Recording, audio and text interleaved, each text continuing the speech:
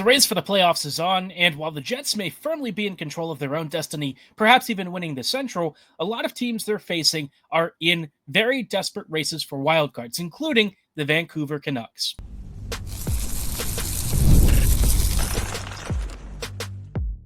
You're Locked On the Hockey Jets, your daily podcast on the Winnipeg Jets, part of the Locked On Podcast Network, your team every day.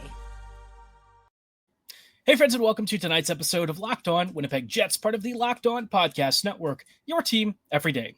I'm your host, Harrison Lee, an avid Winnipeg Jets fan and an online blogger. You can follow me on Twitter at HLivingLoco and at LO_Winnipeg Jets. Thanks for making Locked On Jets your first listen of the day every day. If you like what you're hearing, be sure to like, follow, and subscribe on all of your favorite podcasting platforms and YouTube. Doing so, of course, is always free of charge and ensures you never miss another episode. Most of all, though, we just love and appreciate your support. Tonight's episode, obviously, we are talking about Winnipeg versus Vancouver because this game has really big playoff implications, specifically for the Canucks. The Jets are very firmly in a playoff spot. They ain't stressed. They beat Dallas the other night. They beat the Kraken. If they win this game, they've got 100 points in, 68, 69 games, which is pretty darn incredible. So Winnipeg ain't sweating much at all. The Jets are feeling pretty great. And, coming into this week where there's quite a few road games, obviously every point that you get on the road is just one step closer to not only clinching the Central, but the West as a whole. Vancouver, on the other hand, they are fighting for their lives. And I want to chat about this game and why it might have some really big impacts on what comes in the playoffs, especially in the first round, in just a brief moment. Before we go any further, though, I did want to let you know that today's episode is brought to you by Game Time. Download the Game Time app, create an account, and use code LOCKEDONNHL for $20 off your first purchase. Now, like I said, this game between Vancouver and Winnipeg has really big playoff implications if you're a Canucks fan. The standings right now for Vancouver do not look great. They are currently tied with the Blues at 73 points. They own a worse goal differential, but they do have a game in hand. If they lose this game against the Jets, things are getting grim really quickly. And with a team like this being 5-5 in their last 10, their grip on the second wildcard spot is extremely tenuous. And even worse for them, right after this game, on Thursday, they've got Vancouver versus St. Louis. If you're talking about a game that could quite frankly tip the balance on who wildcard number 2 is, it's this one. And I want to chat about the Blues separately in a little bit because I think that they're a very interesting team and they are starting to peak at the right time. Against bad teams, mind you, but, you got to take what you're given here, and they have one of the better offenses of any of these wild card crapper teams. So something to keep an eye out for. But for this game, right, the Jets, quite frankly, have a pretty sizable advantage. They, pretty much demolished a Stars team that, sure, was missing 2 of their biggest skaters, but the Jets have had to win on all sorts of conditions before, and I don't know that having either of Heiskanen or Hintz would have necessarily changed the scoreline tremendously. Now, for the Canucks, they are generally pretty healthy. Obviously, the Demko situation in net remains a real sticking point, so, Lankinen and Seeloffs have had to really hold things together, but they did just lose Philip Hedl as well. That is a really tough one. Hedl was one of the big trade pieces brought back in the JT Miller deal, and we all knew why, right? Hedl has had a long concussion history, and he's being evaluated for another one, which at this point, if he has a concussion, I think he should kind of do the Nolan Patrick thing and hang it up. There's just no reason for him to keep risking his quality of life. I know that that's really easy for me to say, but poor Philip has had multiple concussions now. I don't know how many at this point. It's got to be like 4 or 5 at this rate. And it just seems like every time he gets checked to the head, you hear a spotter taking him out and it turning out to be, a positive test for concussion. He's failing the test. So I just feel for him. And this Vancouver roster without him is definitely starting to feel it. Up front, the top line is still doing pretty well. You've got Höglander, Pettersson, and DeBrusk. But past that line, you are starting to quickly realize that Vancouver really should have maybe sold. They really did not move enough pieces out, and I think this coming summer is going to be a very difficult time for them. On the second line, they've got Sherwood, Bluger, and Besser. On the third, Joshua, Suter, and Garland. And on the fourth, O'Connor, Amon, and Lekermaki. Now, the middle six has a lot of guys who were decent trade targets, and Vancouver opted to keep them because they felt that they had a real shot at the playoffs. But honestly, I think last year's amazing run was really illusory for this team. They shot like 75%. Obviously, I'm really exaggerating here, but they were shooting collectively as a team like 30 or 40%, which is just almost unheard of. And it was never going to be sustainable forever. I was hoping it would continue this year just because it'd be really funny and a great story. But finally, I think things have really crashed back down to earth. And this team up front isn't really all that deep. And then you move to the back end and you're really, kind of seeing that they just don't have a ton, even with the addition of Marcus Pettersson. Up front, or on the back end, you've got on the first pairing Hughes and Hronek, then Pettersson and Myers, and then Forbort and Mancini. Yes, this blue line is a lot healthier than it's been. That doesn't mean that it's particularly great. Hughes and Pettersson I like a lot. Hronek can be okay. The rest of these guys are definitely, old Jets favorites, right? Myers and Forbort have spent time here, and we all kind of know how that went. Mancini has been a little bit on the rough side. Hronek, I feel like, is basically a product of the Hughes bump. Quinn is just an incredible blue liner. Honestly, he should have more Hart votes than he probably will this year. He is just a tremendous individual talent, and there's really not many players like him on the back end. So what a year for him it's been. Unfortunately, it's coming behind a Vancouver team that just kind of sucks. And, with their playoff fate really in the balance in the coming days, not even weeks, just days, I think Vancouver is about to fall out of a playoff spot. I really don't think that they're all that likely to hold it. I think they really should have figured out how to sell Besser faster. I think a lot of these players that they've got on their roster should have been cut loose. I think they should have sold. Their record, even at the trade deadline, wasn't that great. And so, Vancouver, again, for the ownership team, I totally get why they made the decision. And from like a business perspective, I actually agree with it. I think, if you thought you had a real chance to get some butts and seats and try and do something in the playoffs, you should try and milk it. So I get that. But man, they are in some real trouble.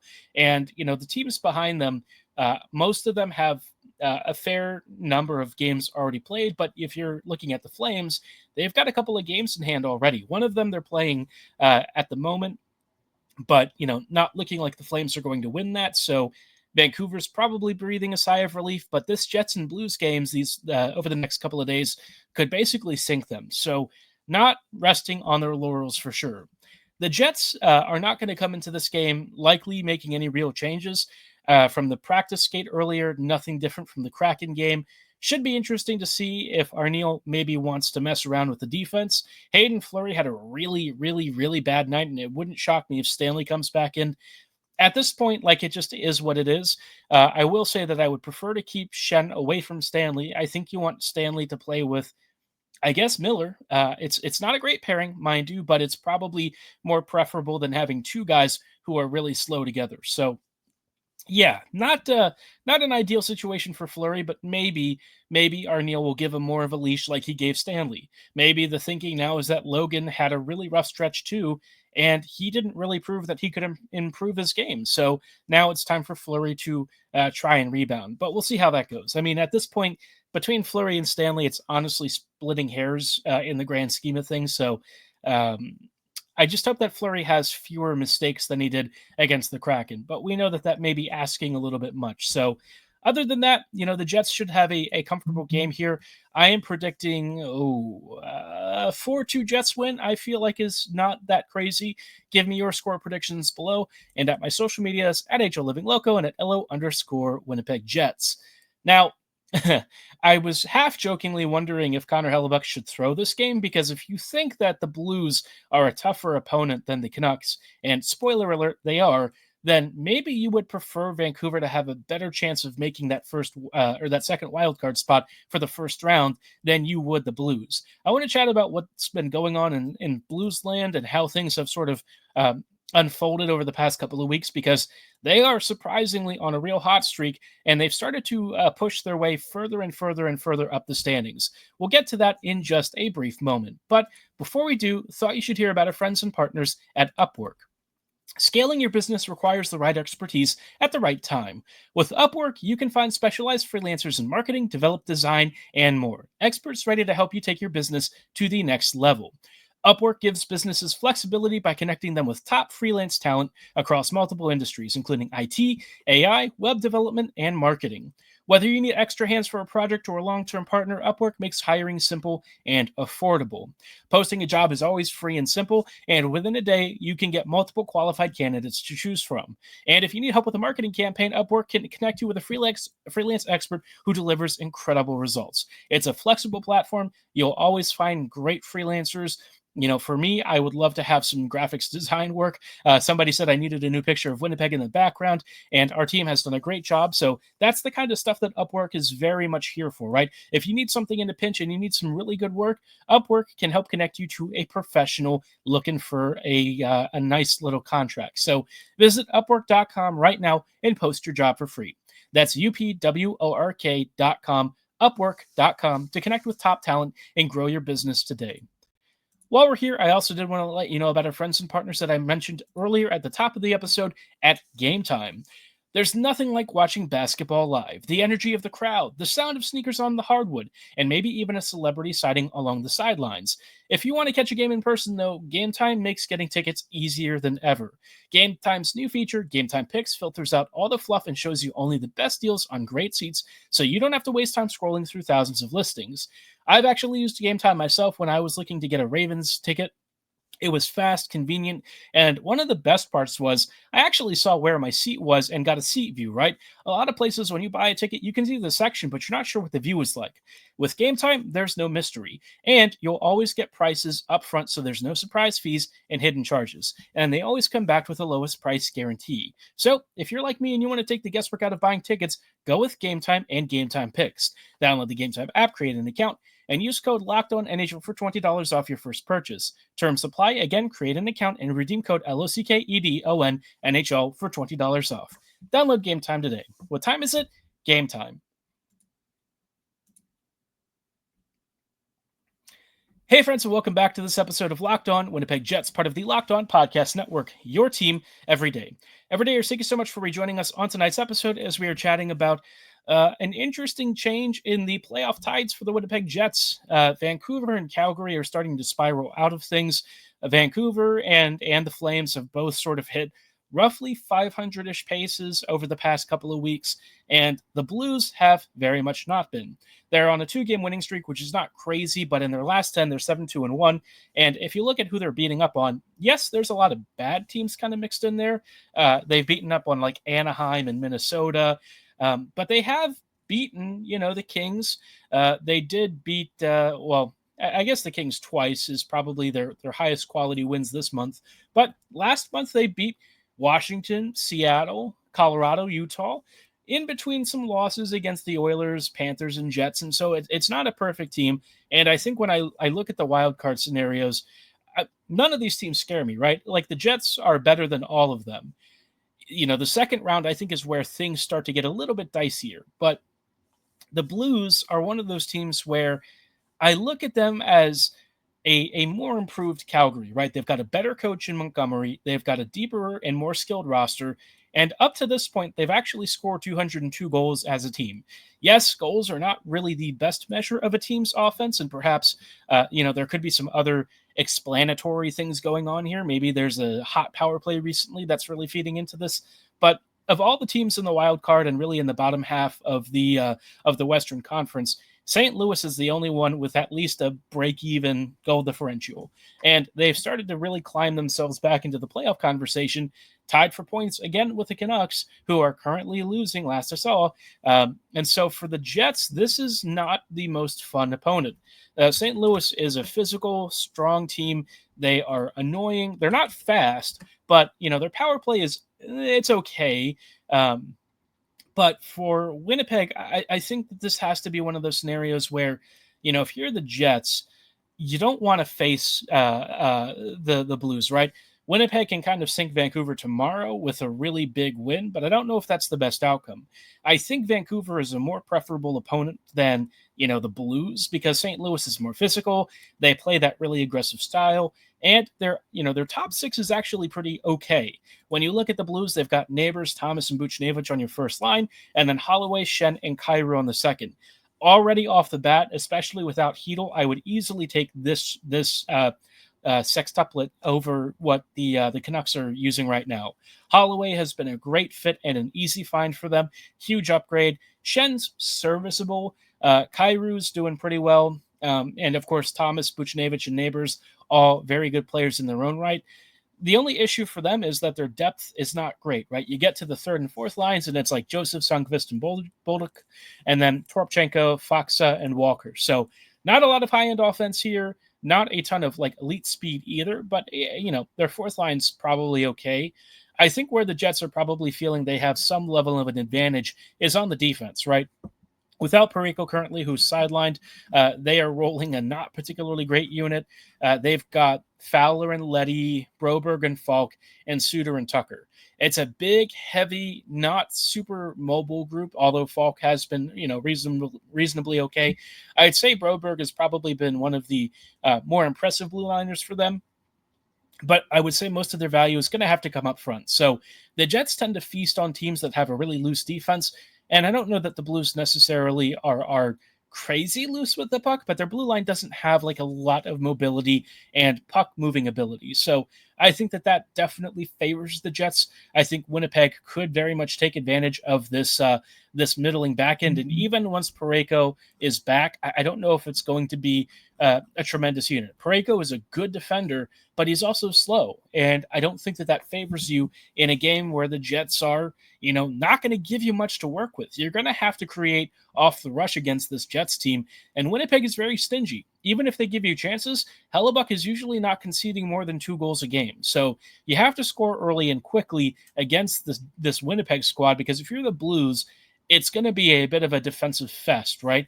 But I think for St. Louis, compared to Calgary or Vancouver, I just feel like they're going to be that annoying team where Montgomery's ability to work a good forecheck and make in-game adjustments is going to be a big difference with, what the Vancouver Canucks and, Calgary Flames are able to muster up. And I look at how the Blues have been creating more offense as of late. They're scoring 5 to 7 goals against a lot of these opponents. They have conceded quite a few against Dallas recently. So, there's a little bit of a note for the Jets of positivity there. But hey, look, the Ducks are one of the few teams to have beaten Winnipeg. And, the Blues frankly flattened Anaheim. So it's going to be an interesting one. And if the Jets do win tomorrow, suddenly Vancouver's in real trouble if they also drop their decision on Thursday against St. Louis.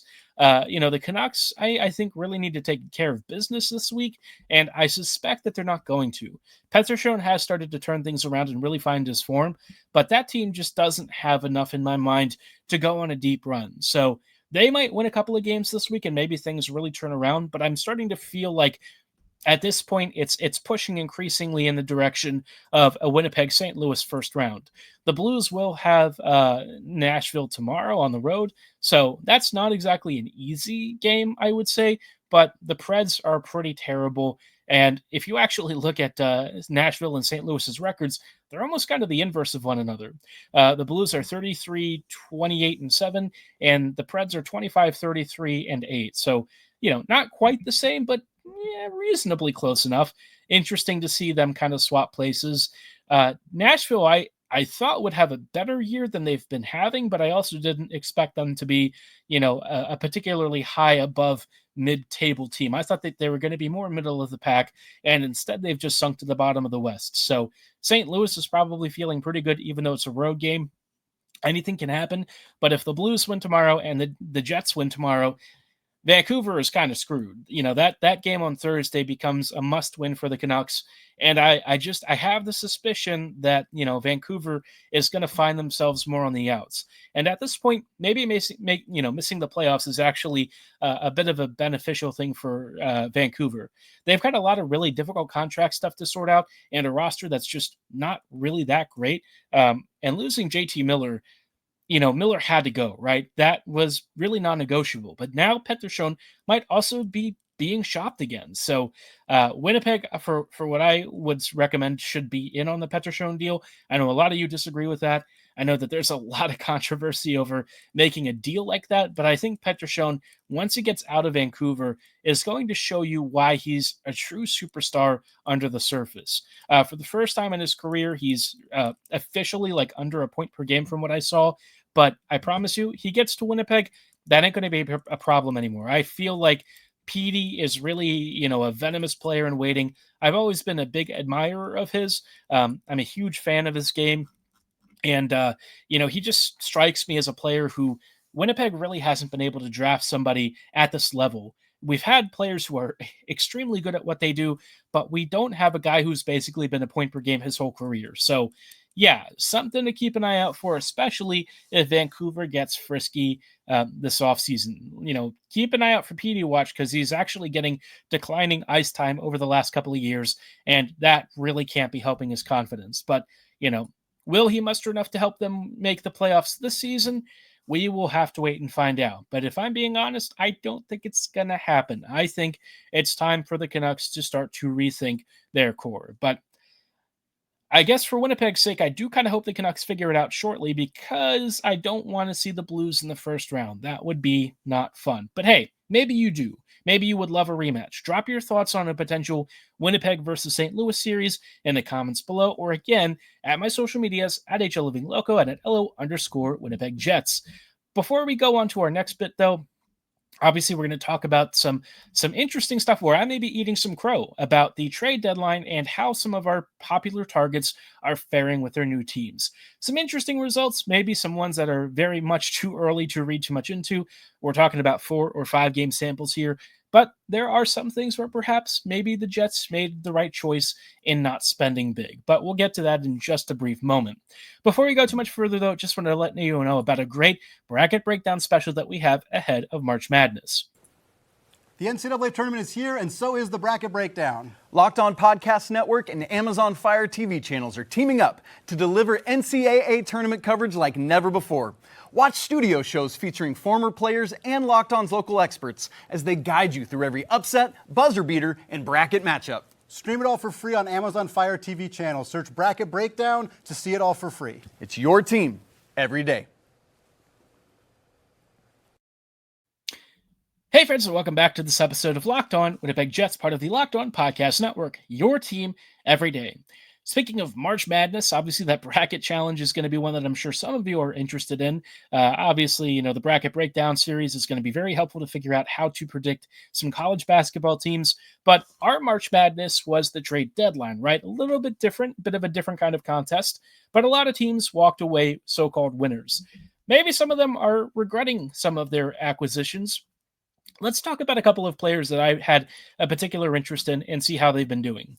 So Yanni Gourde for Tampa Bay, I think, has generally been pretty serviceable. He's had 4 assists in his first 5 games back with the Lightning. Obviously he's been with Seattle for a few years. And after hernia surgery, I think it wasn't really clear what he'd be at this point. I don't know that hernia surgery is what you want to hear for a guy who was supposed to be one of the most heralded forecheckers and skilled players below the goal line and face-off circles, but seems like he's been okay for Tampa Bay. The Lightning are also just a really good team. So if you want to insulate a guy, Gourde is in a good environment for that, but he is actually playing a fair few number of minutes for Tampa Bay. I think he's played more than I really expected him to off the bat. He's averaging almost 17 minutes, which is the most he'd be averaging since the 23-24 season last year, where he was, at 17 and a half, but for the Kraken this year, he was actually getting closer to third line minutes. He's now getting a little bit more of a minute, a little over a minute more with Tampa Bay. So a pretty important role for the Lightning. I'm sure he's also on the PK and stuff. So, he's always been one of those players who really does it all for Tampa Bay. And I'm sure they're happy and thrilled really to have him back. Bjorkstrand hasn't really found the same level of success. Just 1 goal in his first 5 games. And it is still very early. I think he's one of those players where I'd personally be a little more patient with him. I think what's happening with him so far, he's not really been able to generate a ton of chances and not really taking a lot of shots. I think if you just give him time to fit in with this Tampa squad, he will start to show his quality. So I don't really worry about that. And I think for what Tampa Bay paid, they got a good bundle of assets to really fortify their middle six. Even if Bjorkstrand doesn't really pan out the way that they're hoping for, he adds significant skill in a position that they don't have like loads of depth at, right? This Tampa squad coming into the deadline really just needed to overhaul their top nine. They did. Gord's fit in. Bjorkstrand, I think, will. I think for what they paid, it wasn't as crazy as it looked.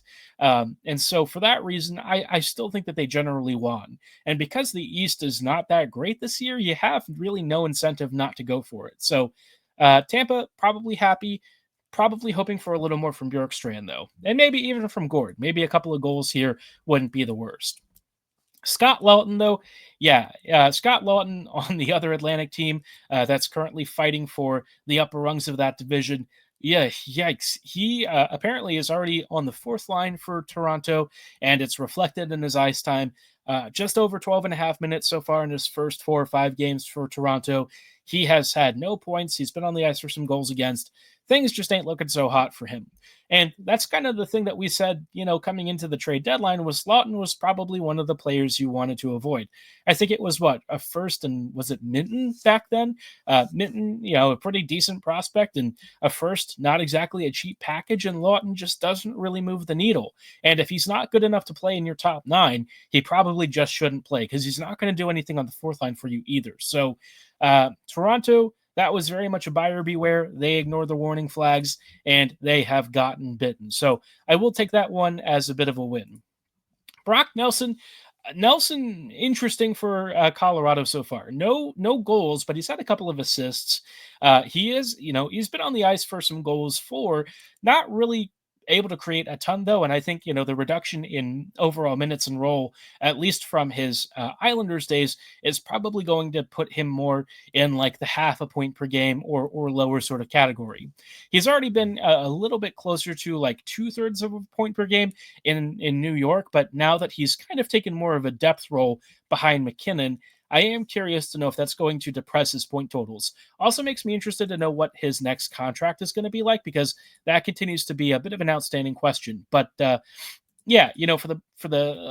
think for Avs, I think they're hoping for more offense just in general. He's not creating tons of shots, hasn't really been able to find lots of looks. And, the Avs offense is a little bit up and down, especially when it's driven so much by their top line. I think they're hoping that, Nelson hits another level, though. I still would have done the Nelson deal if there was a way to make it happen, just because I think he would have come to Winnipeg and I think he would have fit in like a glove. But, that fit might not have been as seamless as we would have liked. So something to keep an eye out for if, the Avs do end up getting Dallas in the first round. We have to start rooting against Nelson. So that's a legitimate thing. Speaking of the Stars, Mikko Rantanen wasn't really a factor in the game against the Jets. Still has 4 points in 4 games so far. I don't think he's really been crazy, but, I think for him, he just has to be a really good finisher for the Stars top 6. Whether it's on the power play or at even strength, I think he's going to be good for Dallas. I don't think he's going to be the best player, but I think he's going to be really good. I will say that, signing him to an 8-year deal for like $12 million per season is a really big gamble, and not one that I personally feel I would have been super in love with the Jets doing. So, more power to Dallas. Good luck with that. I personally have some questions about that deal, but hey, you know what? They're going for it. They're swinging big. So big props to them. I actually hope it doesn't work out for them, because it would then mean the Jets probably give up more goals to Rantanen. Last guy that I'm interested in, and I think has actually done pretty well, Jake Wallman for the Oilers has been a positive defensive force, immediately getting top 4, at times even top pairing minutes with them. He's playing 22 a night for Edmonton so far, 2 assists in his first 5 games, +4 rating. I don't really look at plus or minus, but I know some of you are big fans of that. He has put up some good fancy stats and underlying numbers, good breakout passes, good stretch passes, good zone exits. He's just been exactly what I thought he was going to be, which is a quality, second pairing, perhaps even fringe first pairing kind of player. Really would have loved the Jets to get him. Supposedly, he had an unofficial 10-team trade, no trade list, but I don't really know if that's the case or even true. We'll just have to accept that he's not a Jet, and it would have been nice to see him in Winnipeg. But all that said, Luke Shen has benched Logan Stanley for the most part and has really been clean and secure. So if that's the exchange, I can probably live with that. But let me know what you're thinking about some of these guys. Are there any that you thought would be better fits than they currently have been? Drop your thoughts below or at my social medias at HLivingLoco and at LO_Winnipeg Jets. Tomorrow's episode, we will have a recap of Winnipeg versus Vancouver, hoping to talk about a good Jets game, even if it's not a win. But we will see. Give me your score predictions for that below and at my social medias at HLivingLoco and at LO_Winnipeg Jets. For tonight's show, though, that's all the time that we've got. Thanks so much for listening. Have a great night. And as always, go Jets go.